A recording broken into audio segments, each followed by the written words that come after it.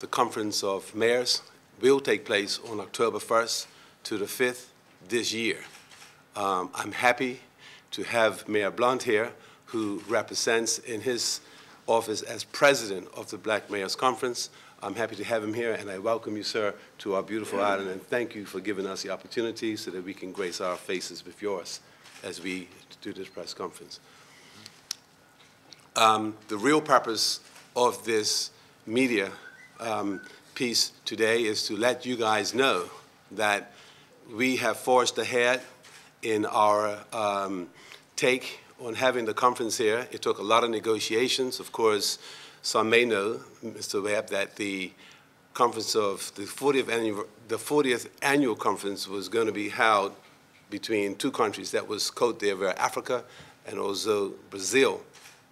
It wasn't until I met with the directors of the conference last year in Atlanta, Georgia, as we attended the 39th annual, and again in Cali, Colombia, and Cartagena, Colombia, that I got a real sense of understanding that Bermuda could host this conference, and why not? And so we set out to do our negotiations with the directors of the Conference of Black Mayors, and now we're here. Mayor Blunt from Chislehurst, New Jersey, Camden County.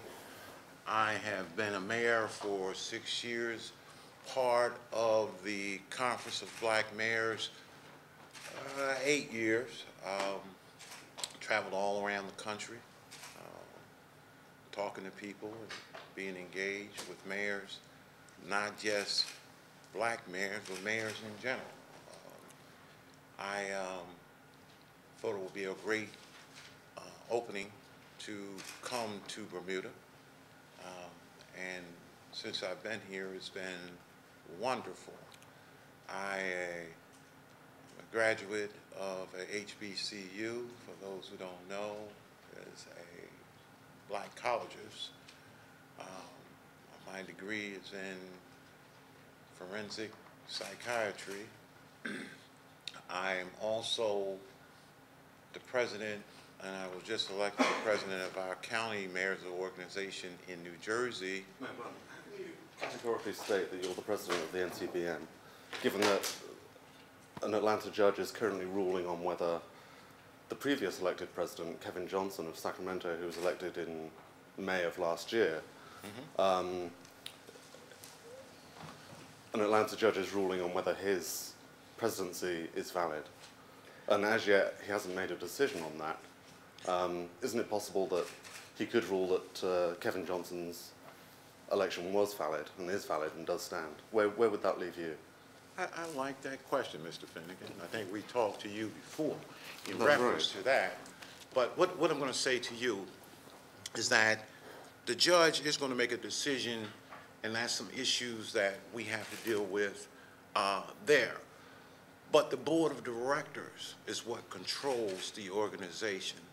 And by resolution, the board of directors removed Kevin Johnson as the president of the Conference of Black Mayors. I think that we had differences of opinion as to. Let me finish, Gareth. We had differences of opinions as far as what the organization and what the organization is going to do, and our and his direction. The board of directors, and if you look at the information that he may have shared with you, the board members that he has with him are the same ones that's on this other one that's supposed to be fighting, but they're not fighting. This is just propaganda that's been pushed out there. And if you look at the board members who voted to remove Kevin Johnson, they're some of the same ones that's on this board that he said he has. So what you're saying to me is that the court is going to make a decision about a corporation or a business. If a business is controlling its own, whether it's the president, the executive director, or whoever, if we make a decision on who we want to be the president by way of the bylaws, whatever decision the court makes, and that's why the court hasn't made a decision, because it can't make a decision. I We understand are the board, and we made the will be made in the decision. coming week or two, I understand. For the last month, I've been asking you to provide any sort of evidence to show that you were elected by the board. You haven't done that. And I also asked for any sort of evidence to show that Vanessa Williams hasn't been fired as the executive director, and you haven't done that either. Well, Gareth, let me be able say to this. do that? Let me tell you this. We'll be able to do that and provide that to you today. Well, you haven't been able to do it for the last month. Hold on. You know, Gareth, I don't work for the Royal Gazette or Golf and give you stuff when you want it. I have to give it to you when it's proper, and it's proper that Donald Smith and his folks are having this convention. I don't want to go in between what they're trying to do. I provided the information to them. It's not something that we're trying to hide, all right? That's why I'm here today. The integrity of our organization is going to be intact.